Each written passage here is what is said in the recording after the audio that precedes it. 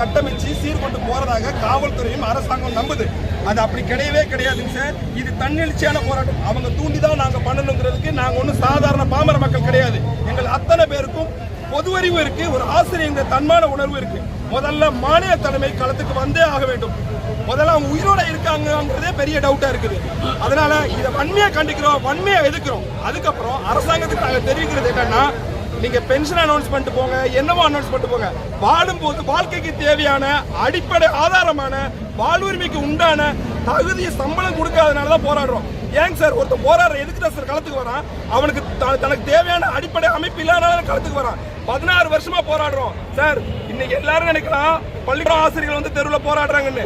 Sir உங்களுக்கே தெரியும், நீங்க சுத்தி இருக்கிறீங்க, எத்தனை பேர் இருக்கிறீங்க, கொஞ்சம் மூக்க திறந்து நல்லா சுவாசிச்சு பாருங்க சார். அவ்வளவு நாற்றத்துக்கு இடையிலும் அதற்கு இடையில எங்க பெண்ணாசிரியர் கூட பார்க்காம அத்தனை பேர் முதுக பராண்டியும் காலை மிதிச்சும் கை விரல ஓடிச்சும் என்ன ஒரு மாற்றத்தினால கூட பாக்குறாங்க சார். என்னோட பெருவிரல உடைச்சிட்டாங்க சார், நெஞ்சல் இருக்கு நெருக்குறாங்க சார்.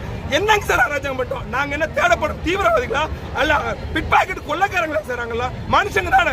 நாங்க ஒரு கட்டண ஆசிரியர் தானே சார்? ஆசிரியர்களே களத்துல வந்து போராடுறோம்னா அப்ப அவங்களோட கோரிக்கை என்னன்னு காது கொடுத்து கேட்கணுமே வேண்டாங்க சார்? 16 வருடமா வருமான வரி கட்டாத ஒரே ஆசிரியர் என்னன்னா 2009க்கு அப்புறம் வேலைக்கு சேர்ந்த இந்த இழிச்சவாய் இடைநிலை ஆசிரியர் மட்டும்தான். இடைநிலை ஆசிரியர் எப்படி சார் வரானுங்க? நீங்க நினைக்கிற மாதிரி மத்த டிபார்ட்மெண்ட்லாம் பிடிஆர் இருக்கட்டும், பிஜி